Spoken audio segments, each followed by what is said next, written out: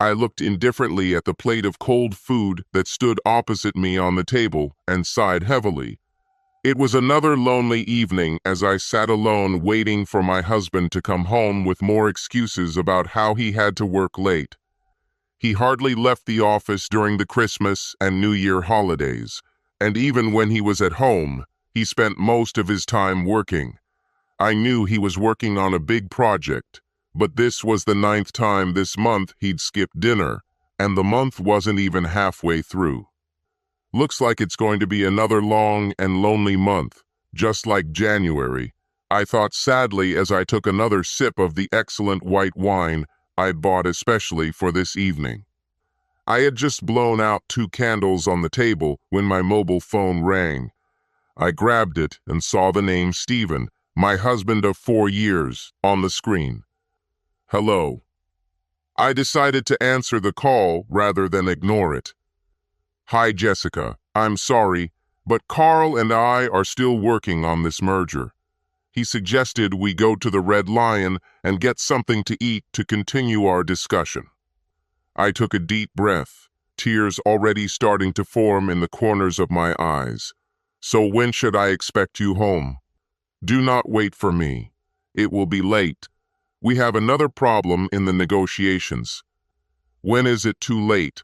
I have prepared a romantic dinner for tonight.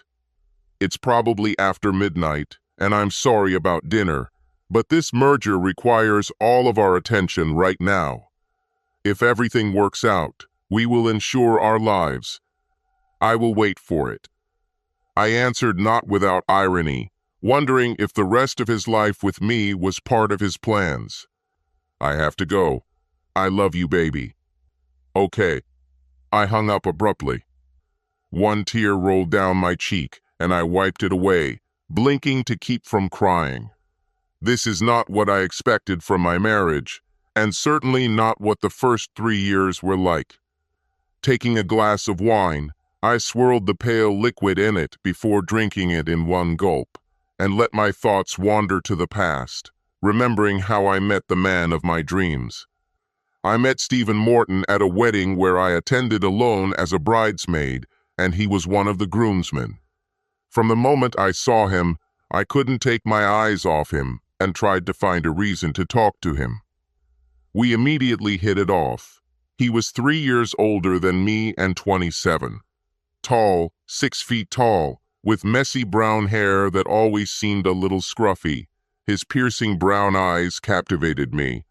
He charmed me from the first minutes I met him, and I was delighted when he invited me to dinner.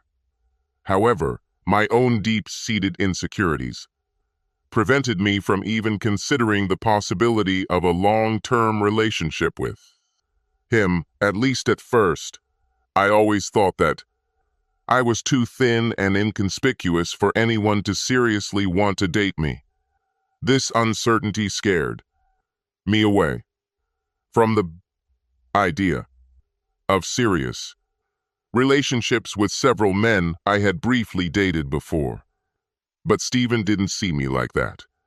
He said his impression of me was as follows: a fairly tall girl, 5 feet 8 inches, attractive, with long dark brown hair that fell below her slender shoulders. Her slender figure with small 34B-24-34 breasts made the dress she wore attractive enough to intrigue rather than show off, and she captivated him from the start. Although I was inexperienced with sex, having only had unsatisfactory experiences with 2 previous guys, I nervously slept with him on our 3rd date. We had been dating for 6 months before Stephen proposed to me, and I said yes without any hesitation. Fluctuations. At first, the marriage was even better than I could have imagined. We were crazy about each other and tried to spend as much time together as we could. The sex was great, and we had it every day, almost without exception, for the first couple of years. Naturally, the frequency of our love affairs decreased by the 3rd year, partly due to the general demands of life, but mainly due to Stephen's new job. We still had sex at least 3 or 4 times a week, but sometimes the intensity and passion would noticeably diminish.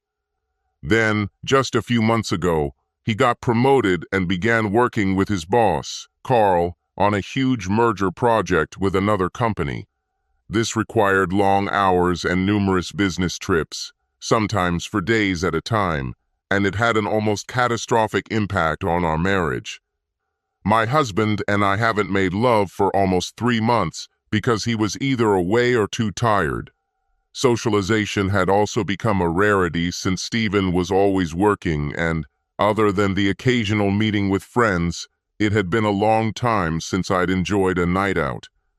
I sighed tiredly again and poured myself another glass of wine, holding the half-empty bottle in my hands and wondering if I should finish it. After taking a sip, I looked at the dinner I had been preparing for so long as a surprise for my husband and wondered why I was doing this. I stood up, grabbed the lovingly prepared meal, and calmly scraped the cold, congealed food into the trash can before putting the plates and cutlery in the dishwasher. After cleaning everything up after eating, I took my glass and bottle of wine and went into the living room. To disperse the oppressive silence, I turned on the TV, although I didn't watch what was on the air. Instead, I continued to think about what was going wrong in my life, staring blankly at the screen, tears streaming down my cheeks. I stared at nothing for the next hour until I had finished my glass, then poured myself another. Was it work, or had my husband already lost interest in me? I always appreciated everything he did for me, and as far as I know, I was a faithful and loving wife, so what's the matter? Taking my time, I eventually finished the entire bottle, dropping it as, somewhat tipsy, I staggered to bed and hopefully fell asleep, miserable and alone. I must have dozed off because I didn't hear what time my husband came home. This only became apparent when I saw the rumpled bedding and pillows next to me. In fact, I didn't even notice he came home until I heard the front door close as Stephen left for work the next morning. I carefully got out of bed, feeling quite queasy from the hangover from the night before, and headed straight to the bathroom to take a couple of aspirins and shower. When I returned, wrapped in a towel, I saw a handwritten note left on the bedside table.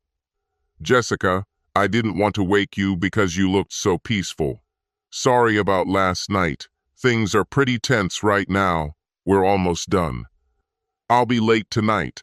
We meet with the other party for drinks to finalize everything. Do not wait for me. Love you." I grabbed the piece of paper, looked at the note angrily, read it twice, and then crumpled it and threw it in the trash. I looked so peaceful. He didn't want to wake me up. Doesn't he understand what date it is?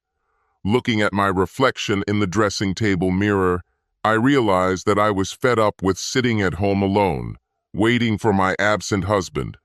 If he can be out of the house until God knows when, doing God knows what, then so can I. Having finally made my decision, I exchanged the towel for a robe and headed to the kitchen to make myself some coffee and plan the rest of the day. Looking sadly out the window at the morning sun, I wondered what Stephen was doing today. Where is he? What is he doing? The fact that I didn't even think about who he might be with was just a testament to the trust I had in the man I loved. However, this did not solve my problem of what to do about being left alone. A little retail therapy would be my first order of business, I decided as I sat at the kitchen counter with a cappuccino. I was going to go out and buy myself a new dress, a pair of shoes, and maybe even some sexy lingerie. I might also try booking a haircut and manicure. Now that I had made up my mind, I quickly finished my coffee and went back to the bedroom to get dressed. After I made the bed and quickly tidied up the house, I called the hair salon and luckily was able to get an appointment for later that evening. I quickly pulled my long hair into a ponytail and applied some light makeup, mascara, eyeshadow, and lip gloss. It was enough to highlight my eyes and satisfy my vanity, but not so much that I looked tacky while I was shopping.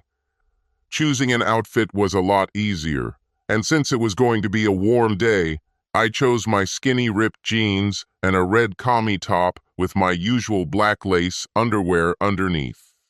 Looking at myself in the mirror, I felt my mood lift for the first time in weeks.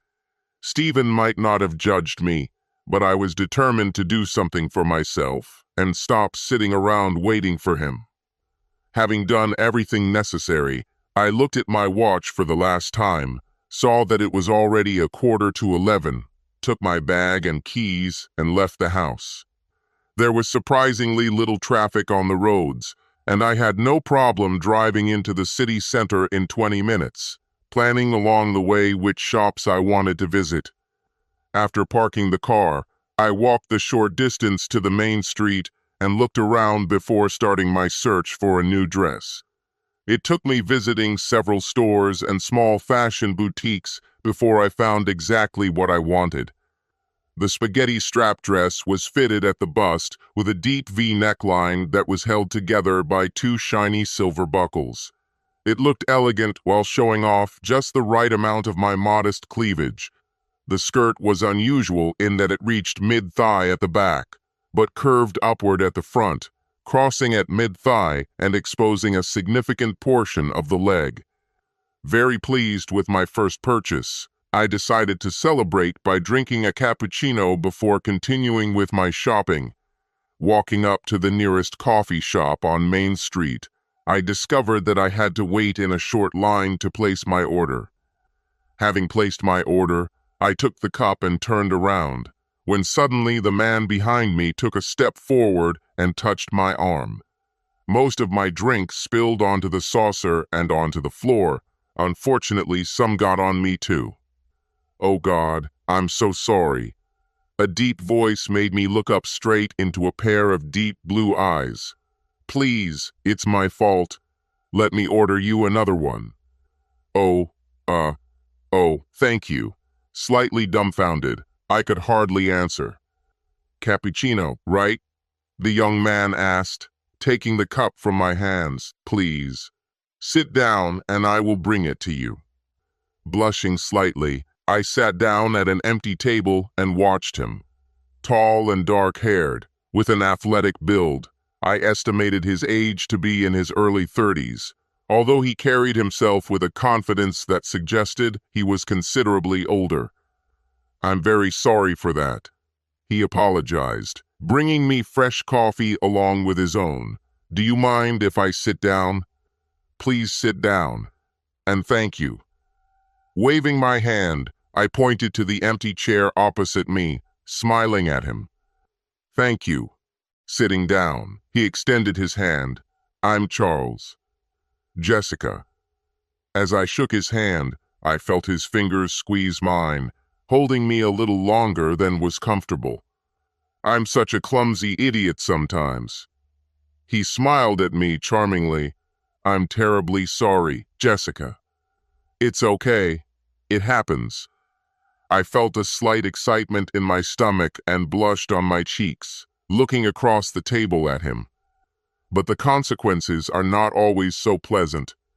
If I hadn't run into you, I wouldn't be sitting here enjoying coffee with such an attractive young lady. I blushed even more at the compliment. It was very flattering, and the attention, even from a stranger, was something I hadn't experienced in months. I happily sipped my cappuccino slowly, chatting with him over our drinks as we both got to know each other better. "How is your shopping going?" Looking at my bag, he asked after a minute or two. "Well, I already have the dress. Now I need to find shoes and one more thing." I blushed, thinking about the underwear I was hoping to buy. "Oh yes, of course." Laughing quietly, I saw his piercing eyes sparkle with interest. "Ladies' underwear? Now you have really intrigued me." Laughing with a girlish laugh, I took another sip from my cup to hide my shyness. Unable to help myself, I wondered what it would be like to stand in front of him in the underwear I was planning to buy, and a warmth ran through my body at the thought. "Are you buying anything special for today?" His question brought me out of my thoughts and returned me to the present.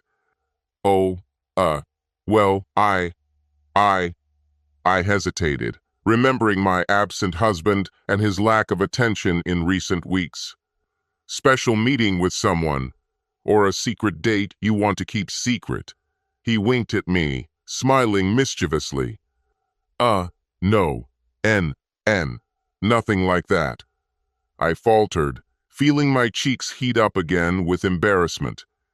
Confused by the way the conversation was going, I quickly finished my cappuccino and started to leave when Charles reached across the table to take my hand. I'm usually not so persistent. Looking straight into my eyes, he held my gaze. But I really like you, and I would like to have lunch with you. If you have time. Stunned by his courage, I was momentarily speechless. If he noticed my wedding ring, he didn't mention it. I felt my pulse quicken and my heart pound in my chest, and I knew my cheeks were glowing even redder. Having difficulty resisting the urge to agree, I was eventually able to mutter an answer. I, I, I really shouldn't. I'm married. I see. He raised my left hand and looked for a moment at the gold ring on my ring finger. But it's just lunch, he continued convincingly.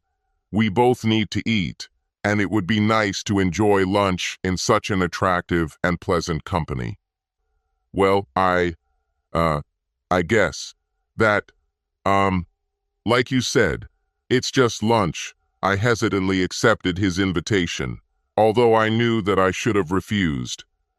Wonderful, he drank the last drops of his drink and stood up to join me. Shall we go? Having flattered his interest, I felt any resistance I had been suppressed, and, nervously, I gave in to his insistence. Taking his arm, I allowed him to lead me out of the coffee shop to a small bistro nearby. I knew it was wrong and I should have said no, but I had spent so much time alone these past months while my husband was busy with work that I couldn't help but enjoy the attention this handsome young man was giving me. Opening the door to the restaurant, he ushered me forward, and before I fully realized what I was doing, I was sitting across from Charles at the table, looking at the menu. Perhaps you would like some wine. He distracted me from the menu for a moment. Oh, yes, thank you. Just one glass of white, please. He called the waiter and placed his drink order before focusing on the menu. If you like seafood, I heard the squid here is excellent, he informed me, showing that he didn't know that quickly today. Sounds great, agreeing with his proposal. I put down the menu and looked at my dinner companion. Then I'll join you. Charles smiled charmingly at me and placed his order when the waiter returned with our drinks. What are your plans for the rest of the day, Jessica? After shopping, of course. He calmly took a sip from his glass and asked about my future plans. I brought my drink to my lips, recalling my thoughts about the day, and thought for a moment before answering. My hesitation was partly due to wondering about his intentions, and partly due to the effect he was having on me. In the end, I decided to be honest. I planned to do my hair and manicure later, and after that I thought about getting dressed and going out into the city to have fun. Without your husband, I guess, he did not answer, leaving me the opportunity to make any assumptions. Somewhere in particular, he continued insistently after a short pause between us. I smiled, slowly regaining my composure. Not sure yet. Maybe to one of the big hotels. I heard that several bars were playing music. That's when food arrived at our table, temporarily interrupting our conversation. You know, these squids are really, really good, I confirmed after the first few bites. You've clearly been here before. Yes, it's really tasty, Charles agreed with me. And yes, guilty, I've actually been here before. I laughed and we continued to discuss the bistro and the excellent quality of the food for the next few minutes as we ate. finally finishing my meal. I put down my knife and fork and picked up my glass to take another sip. I really have to go. I need to finish shopping before going to the hairdresser. It's a big pity, he frowned. Maybe I can persuade you to change your plans. Oh, no, sorry. I need to get my hair done. I felt myself starting to panic. This was not part of my plan for the day. Being caught off guard in the middle of the day was not my intention. I wanted to pamper myself, glam myself up, and go out on the town. But now I was trying to resist the charms of a stranger who clearly wanted more than just a dinner companion. Are you sure? Your hair is already beautiful, he said, smiling, and I felt my pulse quicken again. Thoughts of how we could spend the day together filled my mind. I can't stay. I need to go. My loss, Charles smiled, maintaining his charm. Well, I'll keep an eye on you later. There are not many luxury hotels in the city with good music. If I were you, I'd try Marlboro. Thanks for the advice. I quickly drank the rest of my wine and thanked him, offering to pay half the bill, which he promptly declined. It's at my expense, as compensation for your company. Thank you, I gave in gratefully, standing up and preparing to leave. Charles stood up too, and I was right in front of him. Maybe I'll see you later, Jessica. I leaned over and kissed him lightly on the cheek. Perhaps, retreating, I smiled at him suggestively and took my purchases, leaving the bistro. Without looking back, I went outside. I could almost hear my heart pounding as I resisted the urge to turn and spend the day with Charles. I had a plan, and I was going to stick with it to meet my own needs and not anyone else's. Walking outside, I took a deep breath, looking around before heading to one of my favorite stores, Victoria's Secrets. Every time I go there, I feel like I could spend hours looking through the laundry, but today I didn't have time. After browsing through the racks, I was rewarded when I found a 3-piece set in green satin with black lace, and the garter belt had 8 straps instead of the usual 4. Having completed the purchase along with several pairs of stockings, I hurried to finish the remaining purchases. Shoes were the last item on my list, and it took me 3 stores before I found a pair I liked. The black 3-inch stilettos with the unusual double ankle strap were exactly what I needed.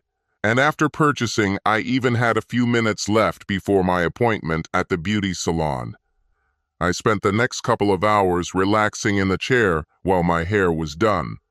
After cutting and washing her hair, the hairdresser styled it into a soft bun with lots of loose curls hanging around her neck and shoulders. I also got my nails done with extensions and a shiny black polish with silver stars. When I left the salon almost 2.5 hours later, with my bags, I felt like $1 million. I even pushed Charles out of my thoughts and felt much better thinking about the evening's plans. My trip home was uneventful despite the busy evening traffic, and when I arrived home, I immediately left my bags in the hallway and headed to the kitchen. I hurriedly prepared a simple meal for myself, not wanting to spend the evening drinking on an empty stomach, and sat down to eat. After I finished my light dinner, I headed to the bathroom to take a shower, being careful not to get my hair wet. Then, after drying myself with a towel, I sat down at the dressing table to apply my makeup, trying to look absolutely perfect. I applied the fake lashes first, carefully gluing them in place before applying mascara to make them even darker and longer.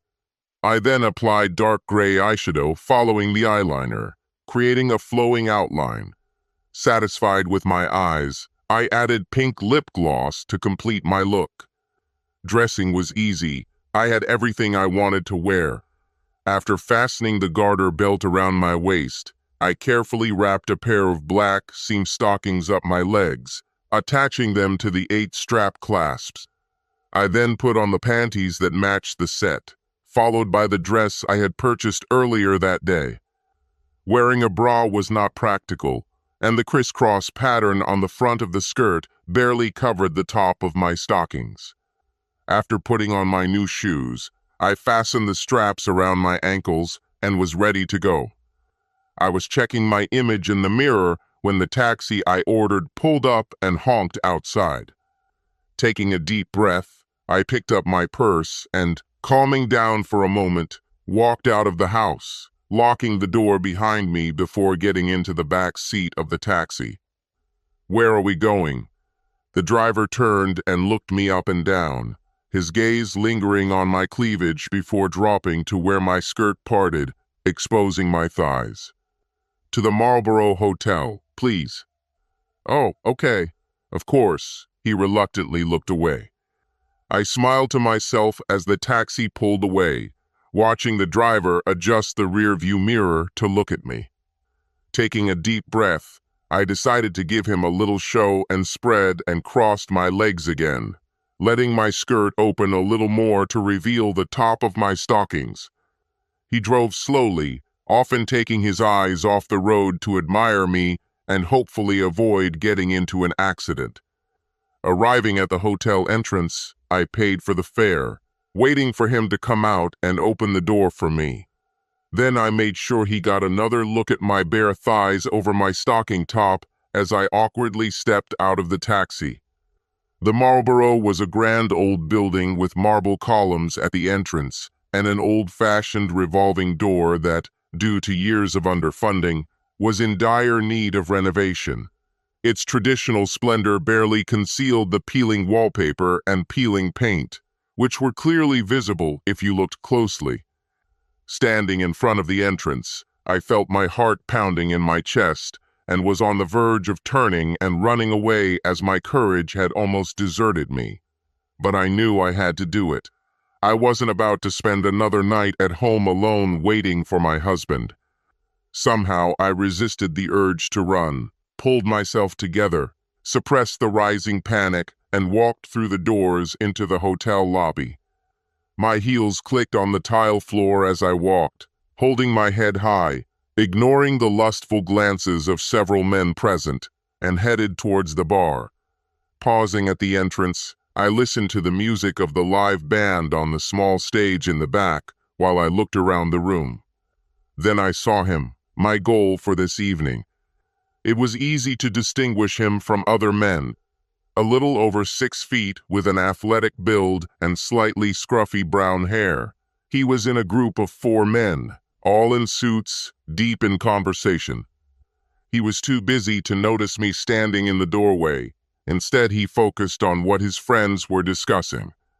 I watched him for a minute and then unobtrusively walked towards the far end of the bar. Being one of the few women in the place, I caught the attention of most of the men present as I walked gracefully between the tables, and although a couple of the men in his group noticed me, he did not turn around. Keeping him in sight, I was able to take a seat on the bar stool, carefully pulling down the crossed parts of my skirt so as not to show too much leg to everyone present. Once I got comfortable, I ordered a gin and tonic from the bartender, trying to ignore the lustful looks at me as I sat there, and it didn't take long before someone approached me.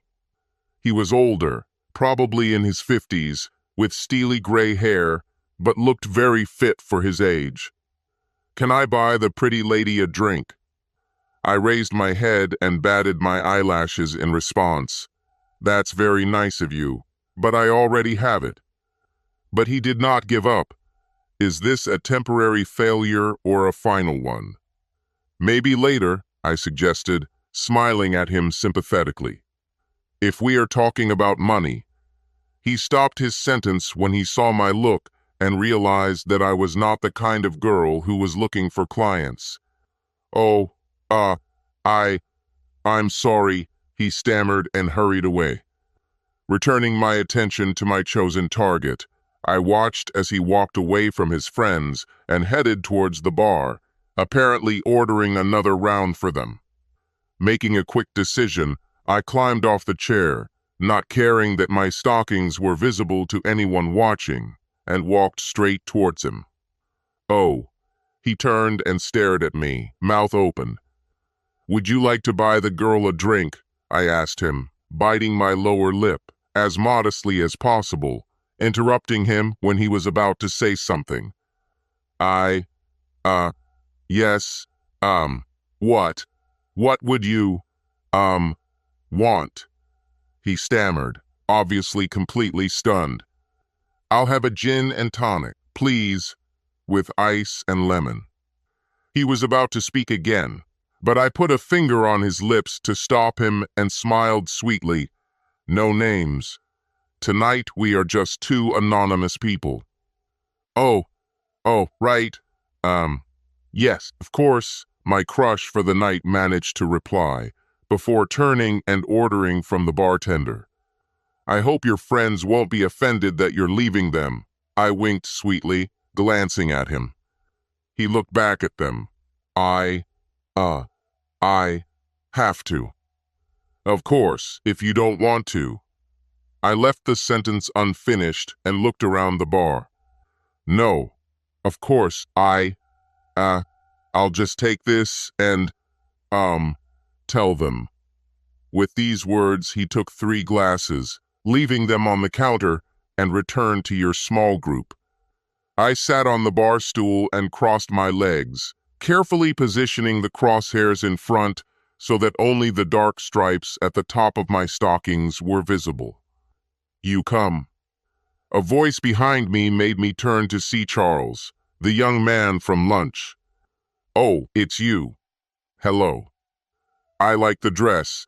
I assume this is what you bought today," he continued, looking at me appraisingly. Thanks. "Yes, that's it," I replied, keeping my eyes on the man I had chosen as he talked to his colleagues. "So maybe I can buy you a drink?" Charles asked cautiously, noticing 2 glasses on the bar counter. I looked at him and smiled, nodding my head towards a group of men nearby.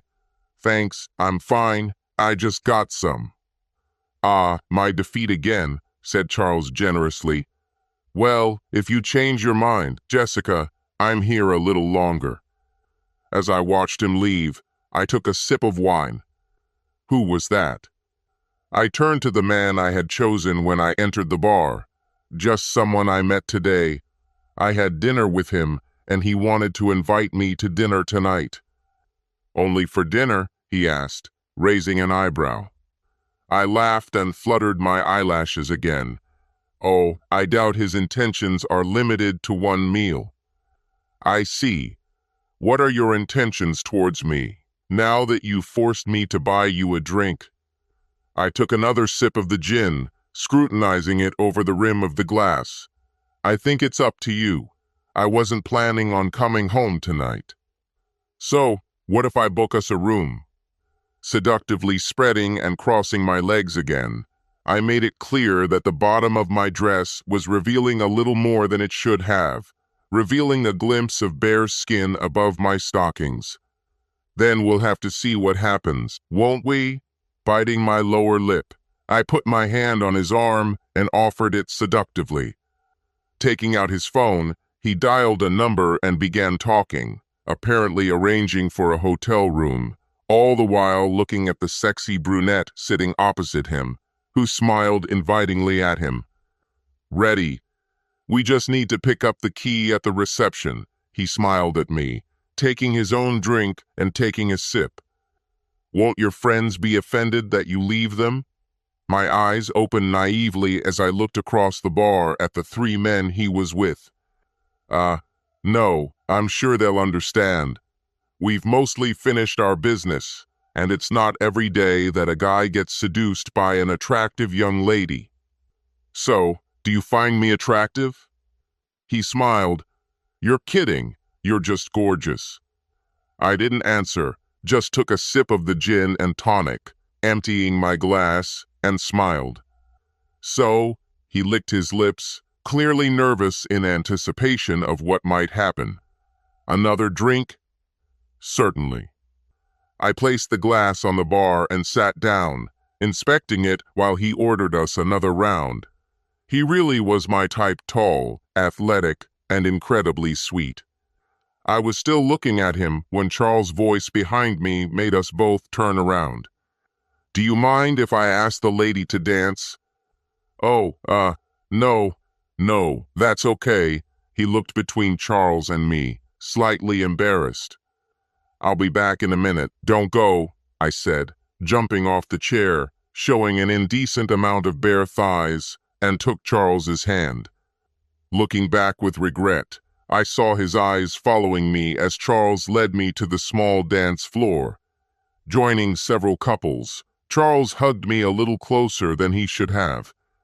As we danced, I looked at my man at the bar, standing with a glass in his hand and watching us. "You look great tonight, Jessica. Are you sure I can't seduce you?"